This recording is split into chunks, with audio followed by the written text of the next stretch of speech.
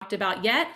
And actually, for those of you who studied with me back at the very beginning of all of this, back in March or in April, we had a class called Daily Blessings, and we were studying different brachot that we say either over food or we looked at rainbows, and we over the good and over the bad, and kind of some more general blessings that didn't necessarily fit into a category.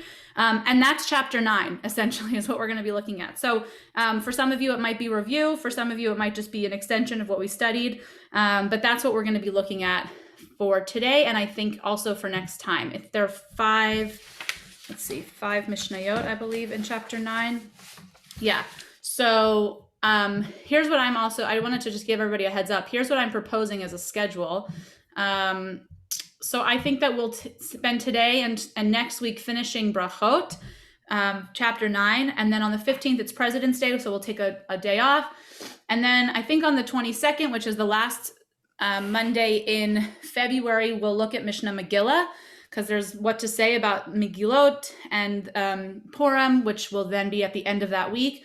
And then we'll spend some of March doing Pesach, because that's also coming up. And it's basically perfect timing right into when I hopefully will depart, assuming that I can stay that long. So that's the plan. And if you have specific, things that you want to look at, you'll let me know. But that's kind of what I was thinking as we are wrapping up. So chapter 9, verse 1.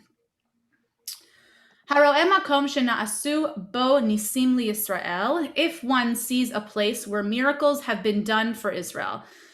Omer Baruch she'asa nisim lavotenu makom hazeh. In the Mishnah, it abbreviates the blessing. So you would say Baruch atah Adonai Eloheinu melech haolam, and then you'd say she'asa nisim lavotenu b'makom hazeh. The one who has made miracles or has done miracles. Specifically, it says lavotenu, for our ancestors in this place. Okay, so the examples that there are some examples that are given here, right? One of them is the parting of the sea, so if you were to cut, yes, Ellen. Can you make it a little bigger? I can sure try. Let's see. Oh yeah, I'm only on 150. See, you noticed that. Okay, there we go. Is that better? My eyes noticed it. I can't see it. Okay. So if you're in a place where miracles have been done before, so you can think of places in the Torah, like I said, the parting of the sea gives the example of the place where Moses put his head after the battle with Amalek. So there are some places in the Gemara that they actually call out. If you come upon that place, you should say this blessing, the blessing that says that miracles have been done in that place. Now it's specifically done to our ancestors, right? Because it says there la'avotenu. And then we'll finish the Mishnah and talk a little bit more about what some of that means. Makom shene'akra mimenu avodah zara, omer baruch she'akar avodah zara me'artzenu. If one sees a place from which idolatry has been uprooted, which is kind of an interesting concept, one should say, blessed be the one who removed idolatry from our land. So it seems pretty simple, and it is, honestly. If you're in a place where you or your ancestors have experienced a miracle before, then you say this bracha, thanking God for miracles. And if you find yourself in a place where idolatry maybe used to be, right, where it was uprooted in some way, either by God or by some other force, war or something else like that, you say this bracha to say that idolatry no longer exists there. We know that idolatry is taken seriously in our tradition. We do everything that we can to avoid being in places where idolatry might happen. We avoid saying brachot in places where idolatry may have happened or might happen in the future. And so it's sort of giving this dichotomy between places of miracles and places where idolatry was done. Now, in terms of the miracles, the commentaries differentiate between a few things. The first is this idea of a public miracle. So if it's a public miracle, say something like the splitting of the sea, you were to find yourself in that place, everybody who and anyone who comes across that place should say the blessing. But if it's an individual miracle, meaning to say if it's something that that only happened to you or that only you experienced, you say a little bit of a different blessing, she'asa li nes, that the miracle happened. Li means to me, that the miracle happened to me. And so it's a little bit sort of a dichotomy there in that there's the Mishnah speaks very broadly about a place when you in Israel that you would come across, but it's not the Gemara and the commentaries take it one step farther to say it's not necessarily just things that happen in Israel. Rather, you also mark miracles that happen outside. Yeah, Iran, I'm going to take this screen for a second. Go ahead. Um, I'm wondering, isn't that logic though? I mean, if you see a miracle with everybody else, you would say it together. And if you are alone in your home and a miracle happened, you isn't this almost like? Yeah, there is a bit of logic there, but also I want you to just be more specific about the language. So in one of the brachot, it says lavotenu, that the miracles happened to our ancestors. And so we all join in this blessing because we've all experienced it. But maybe you experienced something that didn't happen for everybody else. And so it's a slightly different blessing and you can say it on your own.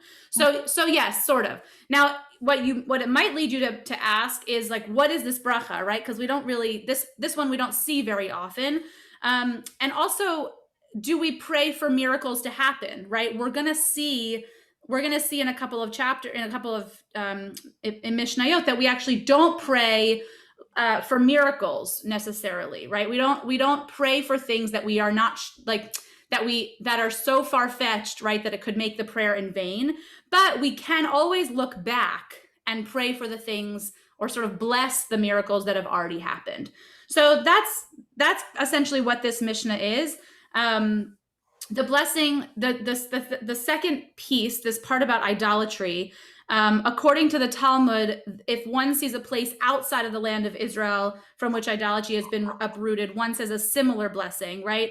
One says this blessing of the one that we saw in the Mishnah, and to the ones in Israel and outside of Israel, wherever you might see, you should add a line that says, just as it has been removed from this place, so may it be removed from all other places, and may God turn the hearts of idolaters to your worship. So essentially sort of saying, like, again, talking about this idea of idolatry, the fact that it was wiped out and the fact that we don't want to see idolatry in the future, whether you're in Israel or out. It's a kind of a strange, I shouldn't say strange, it's kind of hard to connect with, I think, now, but certainly not the miracles part, right? We can sort of relate to that a little bit. Any other questions? Yeah, Catherine. I'm sorry, what is idolatry? Idolatry. Oh, it's like praying to other gods, right? People pray to other gods all the time. Sorry? I mean, it doesn't really mesh with our tolerant, non-proselytizing, current modern stance, right? Definitely not. No, you're absolutely right. I don't think Muslims are idolaters or Christians are idolaters. Well, maybe they are technically, but well, yeah, I think yes. I think what we're talking about though is including is putting them in prayer spaces, right? So, for example, like there's a whole masechet in the Talmud called Avodah Zarah, called essentially right. idolatry, and there's all these stories around how you avoid it. And the issue was that there was all this intermingling, and you were afraid that a non-Jew might touch your wine and therefore it would, and then use your wine to pray with it, right? Or to do something which they might consider holy, which we didn't consider holy. And so it became an issue. Similarly, we talked about when we weren't sure if the person who was leading prayer was a Jew, right? And we didn't know, should we say amen to that blessing? Because we don't know, are they praying to our God? Are they praying to their own gods? So certainly we wouldn't want other people to not be able to pray in the way that they want to. We just wouldn't want to sort of say amen, like for lack of a better metaphor, right? To sort of say that it's part of our prayer, if that makes sense. Does that make sense? Enough sense. Yeah. You don't like it, but it's enough sense. Yeah. No, I mean, yeah, it makes sense within our prayer space. I mean, I don't know that in the Mishnah that's what they meant. Right. It's hard. Yeah, it's hard to know exactly what they were talking about. And it seems like they might not be talking necessarily about prayer space, rather in places in Israel where idolatry was happening, and that probably has to do with what I was saying before about this fear of like of bringing different cultures and religions together and not knowing who was part of which one, and then and what could come out of that potentially. Dara, I see your hand is up. Yeah, I just want to say that it reminded me of the Aleinu when it talks about how everyone will eventually worship the one God. And Right. Yeah. Right. Yeah. We do have those moments of talking about chosenness, or that, we're, I don't want to say better, but that our religion is the right one. And definitely there's some discomfort, and definitely we don't think about it that way today, in terms of like the way you were saying, Catherine, about like proselytizing or getting other people to join our religion. We actually have a reputation of it being quite hard for people to become Jews. I wouldn't say that is as true as perhaps you may have heard it, right? We don't question people over and over and over, but we do require like a certain amount of study and things like that in order for people to convert to Judaism. So you might consider that a little bit of proselytizing or not. I'm not sure. Irene. I thought maybe the refer to the idolatry was more in our own religion, that we don't want to have amulets that we pray to. That's right. Yeah, that's another part of Putting down another religion. Right. Like the golden calf is a perfect example of that, right? They want you to stay true to one and only God, right? That's the first commandment of the 10. I am Adonai your God. You should worship only me. Followed by, it says, do not pray to idols or to other gods. And that's that in that case, that's what they're talking about. Yes, Ernie. I've been preparing a course on the Dutch Golden Age art, but in studying it, the history in the Netherlands, when they threw off the Spanish rule, and the Spanish, of course, were Catholic, one of the first things the Dutch Reformed Church did was strip all the Catholic churches in the Netherlands of all the all the figures, of the saints and all the other images. So you find that Dutch Reformed churches, which were Calvinist, are very bare and very simple. And I think that's also in the Baptist churches in the South.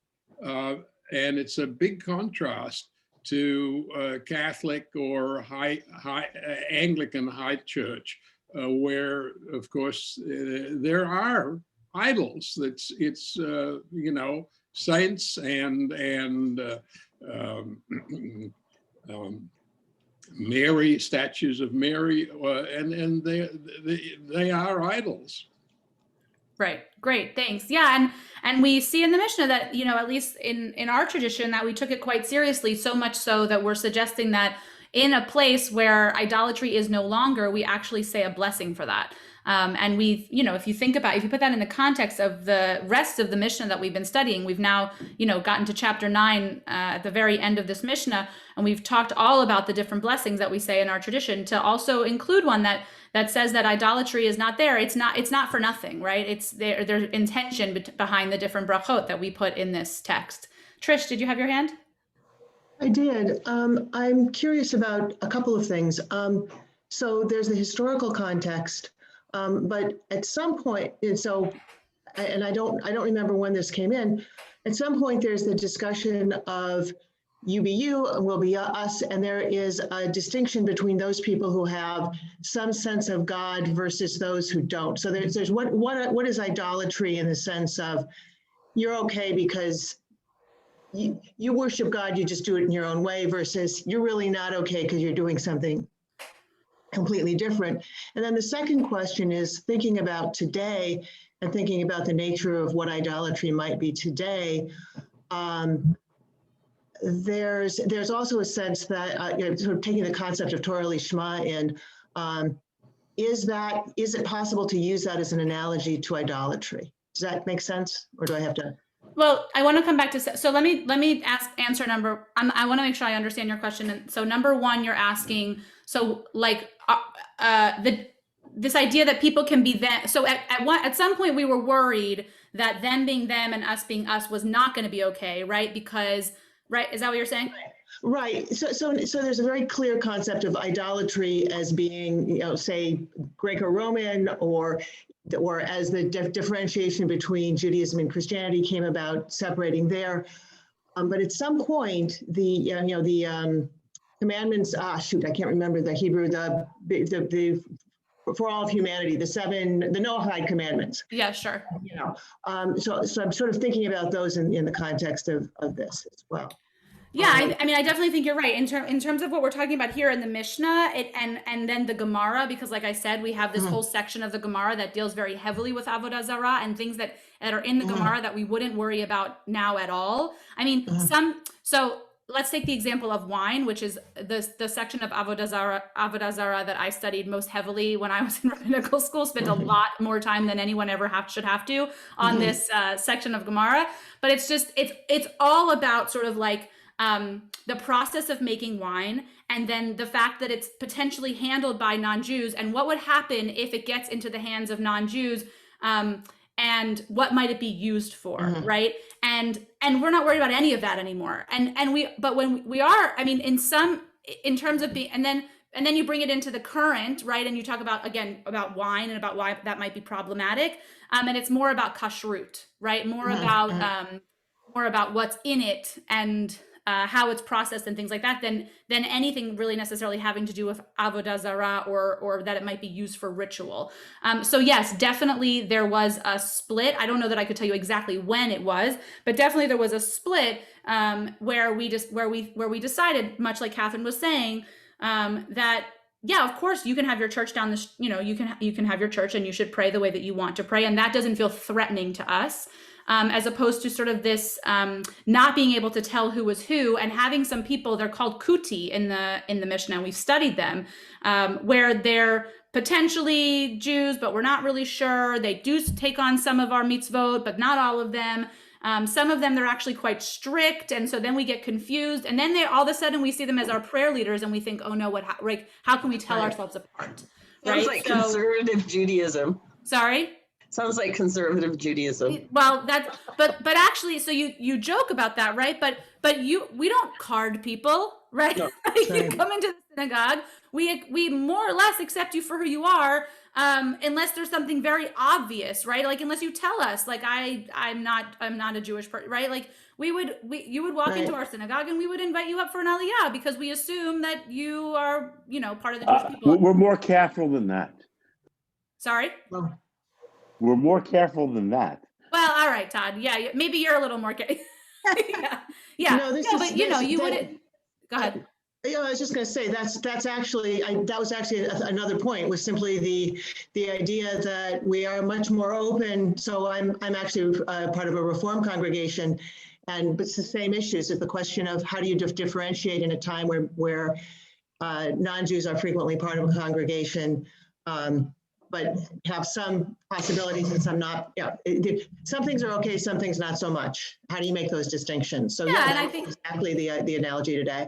Yeah, and I think that times have changed in that again, we're taking this example of somebody walking into a synagogue. If somebody walked into a synagogue and you said, would you like an aliyah? And they weren't Jewish, they likely would tell you. Like, people aren't trying to sort of sneak by, right, necessarily. I would think. I mean, that's sort of giving people the benefit of the doubt. And letting people sort of own up to who they are and their identities. But certainly it's not our intention to scour the congregation for non-Jews. Like, we want everybody to feel welcome in our spaces, and we're not afraid of behaviors. Did I hear someone say, okay. Anything else on that topic? Well, back to idolatry. But I don't think we've left idolatry. Okay, but in the Torah also, it's very specific.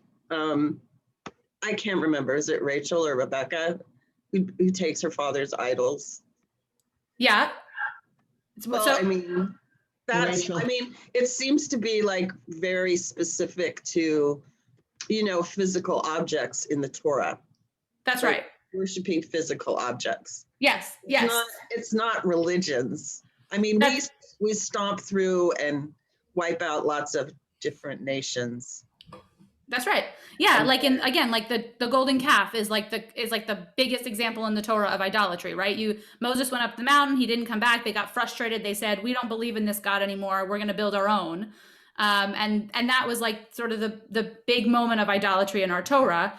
Yeah, I think that's an example of it too. I was just saying I guess I was just saying that there are other examples outside of necessarily praying to an object that might be. And the Gemara, the Mishnah here doesn't give specific examples. So unlike the first section of the Mishnah says in a place where miracles happen, and then you get a commentary, it takes you to the Gemara, and the Gemara tells you all these places where miracles may have happened. You don't get that with idolatry. So you're kind of left to figure out what that might mean. And so that's kind of what this discussion is about, trying to figure that out. Yeah, Iren.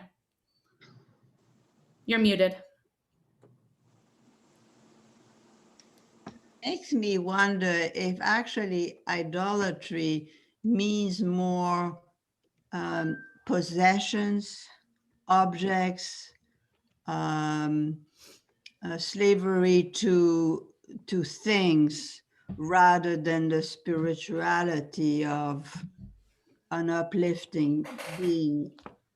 Yeah, I think right. I think that's definitely yeah. If you're connecting more with feeling like it's objects, then I think that's definitely one way to understand it. Todd's asking, what about the cherubim in the temple, the angels, or the like sort of winged creature? I would say, Todd, that we don't pray to them. Rather, they're like some sort of decoration type thing. So, but certainly you'd have to be careful of that, right? I mean, yeah, I think certainly you'd have to be careful of it, or you would want to you would want to not appear as if you were praying to some sort of an object like that. Ernie. Yeah, what Catherine was referring to, Rachel with the idols, was when at the time of the patriarchs was before they got the Torah. And, that's right. And that was where it specifically forbids idolatry. And at the previous time, we were more henotheists rather than monotheists. What that means is that one accepts that our God is above all the other gods, but one allowed the fact that there may be other gods. And in fact, Elohim implies that there are multiple gods, whereas Adonai is a monotheistic concept. And I think chronologically, the patriarchs were not necessarily monotheists, but were henotheists that considered our God was the supreme one. Mm. And it was only after we're going to read that this week. That's right. We got the Decalogue that we were forbidden to have other gods. Right, and then in the time of the Mishnah, we look back of the time of the Torah, and we sort of that's part of what this is talking about. Thanks, Ernie. All right, Todd. This is a mundane question. I'm not familiar with that word kuti. Yeah, it was in I don't know, last time or the time before. It's translated as Samaritan in our text, and it's Cuti or something. So Kutite is how it really Cutite. Or yeah. Is that what you're asking, how it's spelled? Yes, Yeah. yes. Todd. I once heard a story from Ida Lewis talking about Rabbi Lu and a Buddhist friend of his, right? And they were talking about the commonalities and the impermanence of the world that they both share. And then the Buddhist chopped up a statue of the Buddha and said to Rabbi Lu, now do that to the Torah. And so I just think about that in the way we think about the physical scroll. And is that an object beyond an object? Yeah, I think it definitely is, and it's something that's been raised before. Is about not is like honoring the scroll, but not making the scroll into an idol, right? And I think it's a fine line. I would say the same about I've heard conversations around this about the wall in Israel, right? Sometimes it feels like you're praying to the wall, right? Not necessarily praying in a space. And so, we definitely have things that are that we have to sort of watch out for. But yeah, thank you, Todd, for that example. Trish. So that really reminds me of the end of the Frisco Kid. So if you don't know what I'm talking about, go find it. But there's the concept of the totem, which is that physical object that in all religions, that physical object that encompasses principles and values and history and so on. And the problem is when that physical object becomes fetishized, becomes a thing in and of itself. And when we look at the Torah, so the Torah is like that in the United States, in civil religion in America, the flag is that, but so are the Constitution and the Declaration of Independence. When any of those objects become fetishized, become things that you worship, well, in and of themselves, then that is idolatry.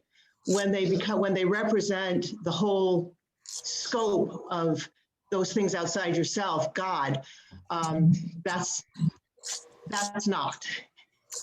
Yeah, definitely. Right. And that's, I think, the fine line, right? Is, when you drop a chumash on the floor, you pick it up and you kiss it, right? It's not necessarily like, that's not an idolatrous thing. That's sort of like out of respect. But if you found yourself praying to a Torah, yeah. So thank you for bringing that forward. All right. I think we've covered miracles and idolatry. Any other thoughts before we move to the next Mishnah?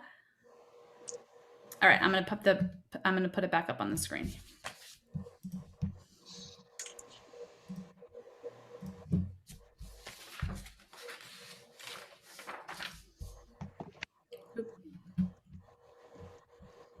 Okay, so now we're going to get a long list of things that we say brachot for. Okay, so al hazikin ve'al hazvaot ve'al habrakim ve'al haramim ve'al haruchot omer baruch shekocho ugvurato male olam.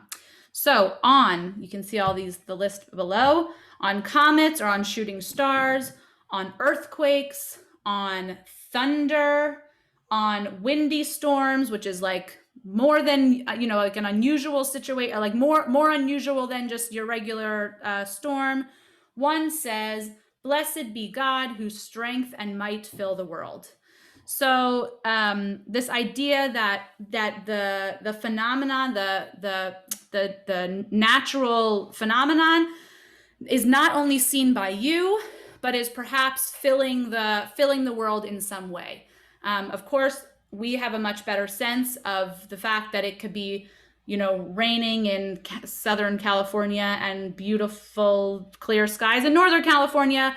But this idea that something was happening in the world and everybody in the world was experiencing it somehow together. Then the second line, al haharim ve'al hagvaot ve'al hayamim ve'al haneharot ve'al hamidbarot omer baruch oseh ma'aseh v'reshit. On seeing a mountain or hills or seas, rivers or deserts, one says, "Blessed be God who made creation," ma'aseh v'reshit. Also, sort of geological structures, things in our world that were built and were part of original We're part of God's original creation. So things that have been here since the days of creation. Rabbi Yehuda Omer haro'eh et hayam hagadol. Omer Baruch sha'asa et hayam hagadol. Bizman shero'eh oto liprakim. Rabbi Yehuda says, one who sees the great sea should say, blessed be God who made the great sea, if he sees it at intervals. So there's a couple things here, right? We've seen Rabbi Yehuda talk specifically about a specific blessing for a specific situation, and he's splitting the different. He's differentiating between what we're calling Yam Gadol, Hayam Hagadol, which is the Mediterranean Sea, and then all the other seas. So he is sort of putting emphasis into this one body of water. And over the former one, over Yam Hagadol, he recites a specific blessing, whereas over the other seas, he recites something more general, right? But he only, it says in the Talmud, he only recites the special blessing periodically. He says here, if he sees it at an interval. And what might you guess is the interval, given some of what we've studied before about like Shechianu and other blessings? What's kind of a common number that you remember, maybe? 30 days? 30 days, exactly. So he's saying that you can't just come upon it. You wouldn't say it every single day. You would say it if you haven't seen it for 30 days, kind of like with Shechianu. If you haven't seen somebody for 30 days, you're going to say the Shechianu, having sort of marked being able to see them again. So that's what it says that's what it means when it says interval. We'll come back to that. And the last piece, al hagshamim va'al habsorot hatovot omer baruch hatov v'hametiv. Va'al shmuot ra'ot. Sorry, there's a bad. Anyway, Omer Baruch Dayan Emet. So this one we're definitely familiar with. We've done this one before. For rain and for good news, one says, "Blessed be God who grants good and who that is good and grants good." And for bad news, one says, "Blessed be the true judge." Now, as you probably remember, when we studied this back in our blessings class a little bit, I'm going to leave it on the screen for one more second, then I'll take it down so we can have a discussion. But you probably remember when we studied this in our blessings class that blessed be the true judge is mostly just said nowadays for when you receive news of somebody's passing. It's not said so generally as bad news, and there's probably a reason for that, right? Because you could overdo it potentially. But I think that that's sort of an interesting concept for all of these brachot, right? This idea of overdoing it. In the third line here, where it says, only if he sees them at intervals, it's warning you against saying a blessing too often, right? Or like saying a blessing at the wrong time, or maybe like overdoing or saying the blessing perhaps out of context or not in the right way. And then this blessing about Hatov HaMeitiv, the Gemara and other commentaries explain it as you have the good, which is for me, right? A God who does good, that's personal, and a God who grants good, Hatov v'Hameitiv, that grants good to other people. So this Hatov v'Hameitiv is not only just personal, it's if something is happening sort of bigger than you, right? That affects more than just you. As opposed to the Shechianu, which might feel a little bit more personal and a little bit more general than Hatov v'Hameitiv, which is why you don't see Shechianu in here, right? We don't see Shechianu related to any of these things, if you will, as opposed to like a moment in time where we might use the Shechianu.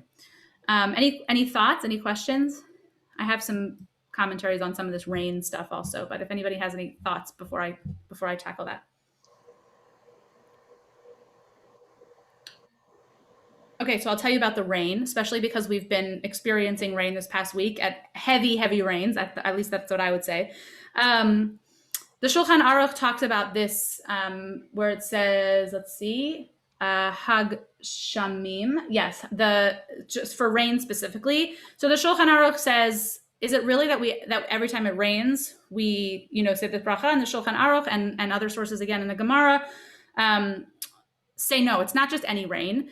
It's if there's been a lack of rain, first of all, right? So if you have been lacking in rain, so much so that it causes you pain, obviously not physical pain, but sort of any, what might come along with not having rain, right? Your crops aren't growing, or the land is very dry, things like that. And that great rain actually means that you're experiencing puddles and mud, right? So you're really talking about like severe rains that are pouring down. And then the next Mishnah, we're going to talk a little bit about what that means when perhaps it might feel like it's actually too much rain. But that's the rain that we're talking about, the kind of rain that comes down that really has long-lasting effect. I don't know that we've experienced that necessarily here, and certainly their knowledge and ideas of climate and the things that we worry about now were not necessarily the same worries that they had then. But having consistent rain and in the right seasons was obviously very, very important. And so when you got those big, heavy rains, there was a blessing to be said. Yes, Sandy. Well, it seems like the rain we've just recently experienced fits into that category, because we are in a drought and there were puddles.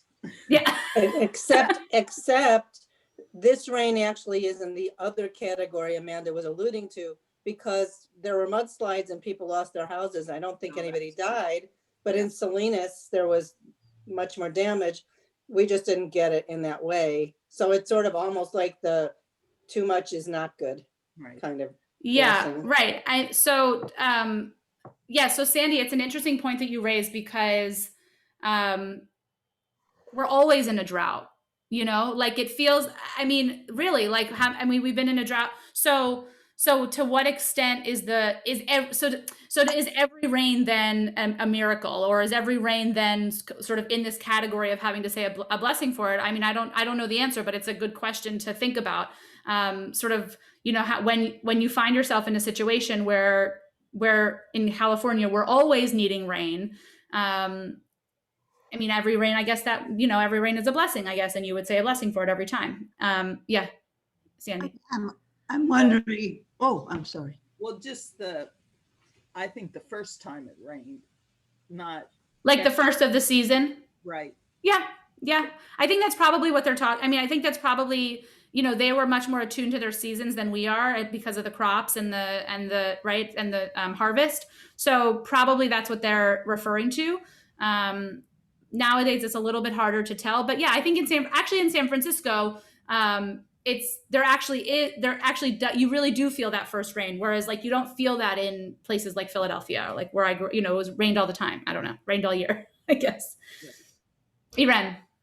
I'm wondering if it applies to, like Sandy said, first rain, but also abundance of rain without being overwhelming rains.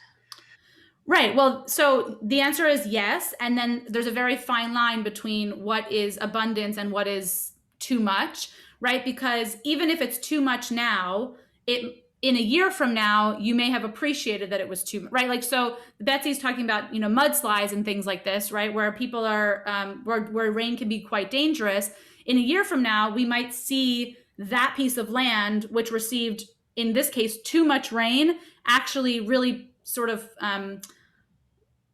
like flourishing, like having, a lot of having really good soil for the next year. I'm making this up because I don't know anything. I don't really know about gardening and all this kind of stuff. But like you might see like something that looks like a disaster. We're going to see this exact case in the next Mishnah. So I'm going to move us, but in a second. But you might see that the mudslides actually end up being for good, because the land then is so rich that it sort of, you sort of see it come back around. Ernie.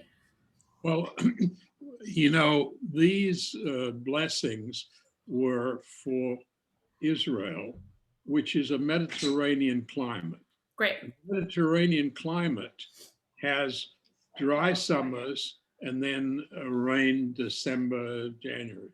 And we on the West Coast have a Mediterranean climate. The West Coast of Australia has a Mediterranean climate, and the western part of South Africa has a Mediterranean climate.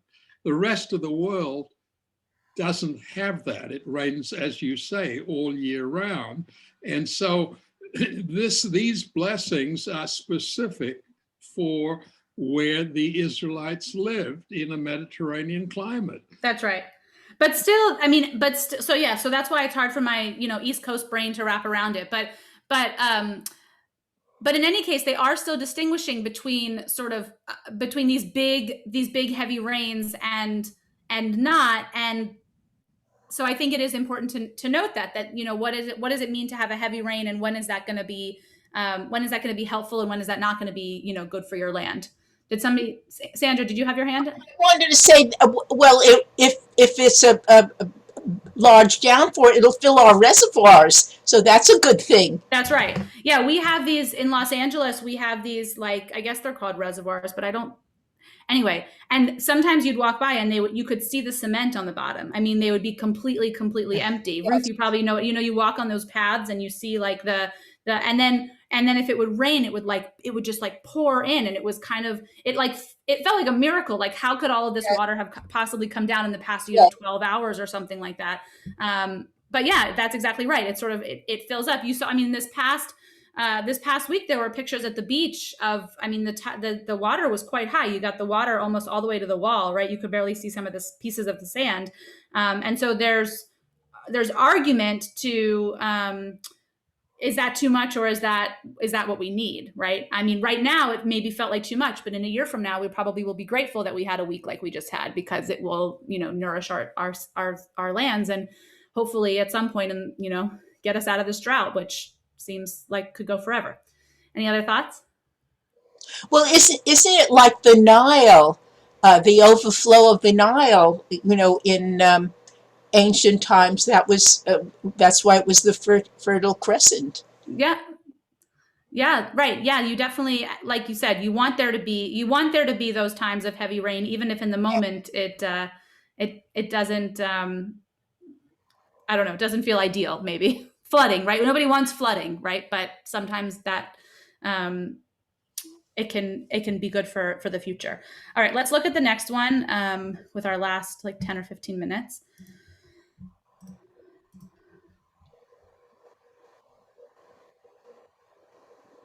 Okay, here we go. Bana vayit chadash v'kana. So we've definitely studied this Mishnah before. Those of you who did the blessings, but that's okay. We'll have what to say about it, I'm sure. Bana vayit chadash v'kana kelim chadashim omer baruch shechianu. So one who's built a new house or has new vessels, might think of something that's new, that's an object. You say the shechianu. Great. Shechianu. Mevarech al hara'a me'ein hatova ve'al hatova me'ein hara'a. So one who blesses over the evil as he blesses over the good, or over the good as he blesses over the evil. I should have split this up a little bit more. Hatzoek l'sha'avar harei zot tfilah shav. That, and one who cries over the past, behold, this is a vain prayer. Ketzad, how so? Okay, so we're gonna just pause there for a second. So we know the shechianu, right? We say the shechianu when we eat something new, if we receive something, an object that's new. We recite the shechianu at the beginning of holidays, other certain events, right?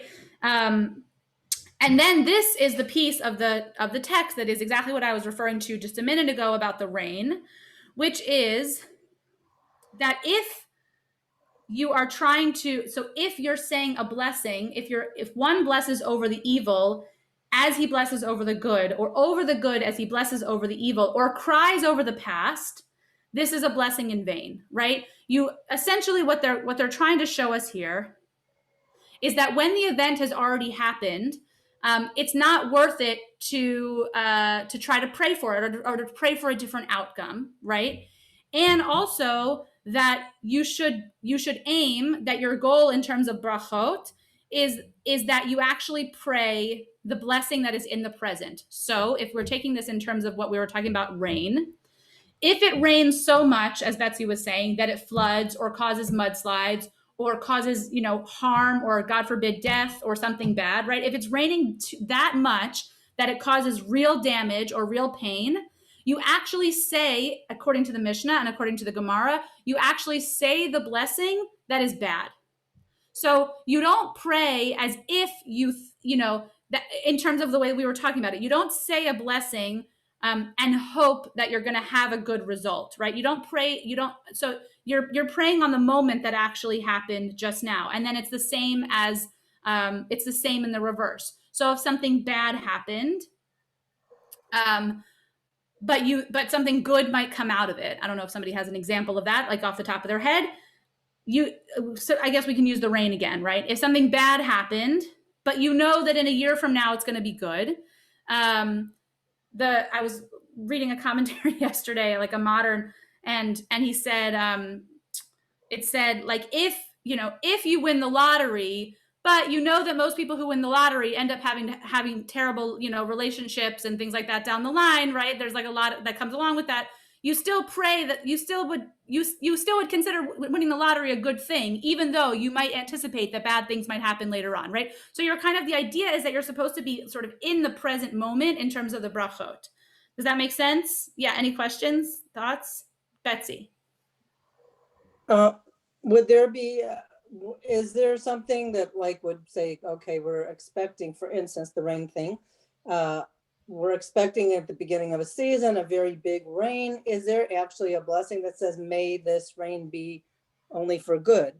So you're not willing it. I mean, it's like the other examples. It's not like you're specifically saying, my wife should have a son, as opposed to my wife should have a healthy child. Great. Or offspring. But it's not that specific, but you are hoping, you're praying for good, which means whatever, not to harm people, to benefit the land, whatever. Great. For good. So let's just read the rest of the Mishnah and then let's talk about it. So the rest of the Mishnah, you looked ahead, which is fine. Hayta ishto me'uberet ve'amar yehi ratzon sheteled ishto zachar harei zot tefillah shav. If his wife is pregnant and he says, may it be God's will that my wife will bear a male child, this is a prayer in vain. The idea is that it's already been determined, right? The person is already pregnant. The sex of the child has already been determined, and praying for a son is a prayer in vain because you're not going to be able to change that. And hayaba b'derech v'shama kol tzavacha ba'ir ve'amar yehi ratzon shelo yehiu elu b'nei veiti harei zot tefillah shav. If he's coming home from a journey and he hears cries from the city in the town, he shouldn't stop to say, I hope it's not me, right? I hope that's not my house that's on fire or whatever is happening, because the idea is that the thing is already happened. You could pray for safety, right? You could pray that nobody gets injured because you don't necessarily know. You could pray that you have a healthy child, right? But to pray for something that's so specific that's already happened is considered to be a prayer in vain. And then to answer your question, Betsy, I think that is essentially what we do in the section of the Amidah when we pray for rain. We're essentially saying, right, we are praying for rain, and by extension, we're praying for good and healthy rains for our land, and we hope that we have them. But that's not, I think, considered a prayer in vain. Dara. Yeah, I think the difference that I see about what Betsy was bringing up is that it's something in the future that hasn't happened yet, whereas it's vain to pray over something that has happened. And then I want to say two other things. One is that it's sort of a psychologically very modern take, that it's encouraging us to be in the moment, be mindful, in today's parlance, and not cry over spilled milk. And so that struck me. And then I was reminded in this, the part about, don't bless the evil when you're blessing the good, and so on and so on. It reminded me of when my boys were very little and they would see and hear ambulances and fire trucks coming down the street, and they would get all excited to see this. And at a certain point I would say, well, they're on their way to help somebody who's in distress. And, it's not just all about the noise and the spectacle. So that's what it reminded me of. Yeah, I love that. Right. So sort of acknowledging that something might look good or fun, but really the bigger picture is that, is that somebody's in trouble, right? It's like similar to the very last last piece here, right? That you're sort of hearing this trouble, and you anyway, great. Thank you, Dara. Anyone else? Any other thoughts? Yeah, Ellen. I just think this is such a human thing to think when you hear about something bad happening, or well, I want to see her. If that's what you're listening. It's not. It's my husband with coffee, actually, which I did not even ask for. So thank you. They thought it was Reva. It's such a human thing when you hear something bad happening to think, at least for me, oh God, please let this not happen to me. And I like that it gets you to kind of focus on, you may wish for that to be the case, but to pray for it, you need to think carefully about how you direct prayers to God. Yeah, and also I think what things you have control over and what things you don't have control over, which things are predetermined or going to happen anyway, and which things are worthy of a prayer or of a moment of hope and of faith, right? I think that I think it's a very fine line, but I do like the intention behind, hearing cries in the city, and rather than saying, I hope it's not me, which is quite sort of maybe selfish or personal or whatever, like saying, like, how can I say a prayer in this moment that is bigger than me, or like that's benefit, right? So to say a prayer that says, I hope that nobody, I pray for everybody's safety. I mean, it's even a fine line, right? I mean, because you don't know if you're praying for something that's already happened, God forbid. So it's hard to know. I think that example is like the most unclear. It's clear, but it's unclear in terms of, if you actually found yourself in that situation, what would be the prayer in vain, and what would be the prayer that you actually say? Certainly you hear of people praying or hoping for one sex of a child or another. But to sort of have the Mishnah to say, no, don't, that's already, there's no point in saying that prayer, is kind of interesting. Yeah, Iren. To me, it's almost like I leave with these instruction of don't cry wolf and stay compassionate. Right. Yeah. So just to go back for the Shechianu, which we have covered, we actually studied the Shechianu in quite a lot of detail a couple months ago, but so that you can, just because if you're thinking about these blessings and when they apply, the idea of Hatova HaMeitiv is something that is quite specific, I would say. So something that, like I said, it sort of affects you and also affects other people. And the Shechianu is more general. And it actually made me think, to read that explanation, to read it as being general versus personal, or specific versus shared, made me think about moments that we say the Shechianu, like when a child is called to the Torah for the first time. In some ways, I think I understand why we say the Shechianu. It makes sense, but I also could see how that could be shared, right? So I was just thinking about that when I was reading through some of these commentaries about sort of the shared nature of Havtova HaMeitiv versus the more personal nature of the Shechianu. So the bar mitzvah child says the Shechianu because he himself is being called to the Torah for the first time. But the way that it's often presented in the moment is actually like a prayer for the family, right? And if you think about it like a prayer for the family, then perhaps actually it's Hatova HaMeitiv. So anyway, just something to sort of throw out and to think about. But yes, definitely this blessing, whether it's talking about rains or other things, the Mishnah, I'm sorry, not the blessing, the Mishnah is really making us think about these moments of what we're able to pray for, and what maybe is already sort of out of our control or has been determined already. Sandy, did you have your hand? You're muted though. It's okay. I just wanted to comment, and maybe it's more of a greeting than a blessing, but what you say to a pregnant woman, B'sha'a Tova. B'sha'a tova. Yeah. That's not a blessing, right? It's not a blessing. What it means is like in the right time. So you wouldn't, but actually that's a great example because I think some people, the alternative to that, which is what a lot of people say, just because they don't necessarily know, is I'm expecting a baby. Oh, Mazel Tov. Well, actually, we don't want to say Mazel Tov yet, right? B'sha'a Tova is like, should you have? I mean, it's not really this long, but should you have the baby in the right hour? And Right. sort of the commentary on that is with health, right? But yeah, that's a great one. Like you don't, Mazel Tov is something that already happened. You got married, Mazel Tov. You got engaged, Mazel Tov. You had the baby, Mazel Tov. Yeah. Thanks. Any other thoughts?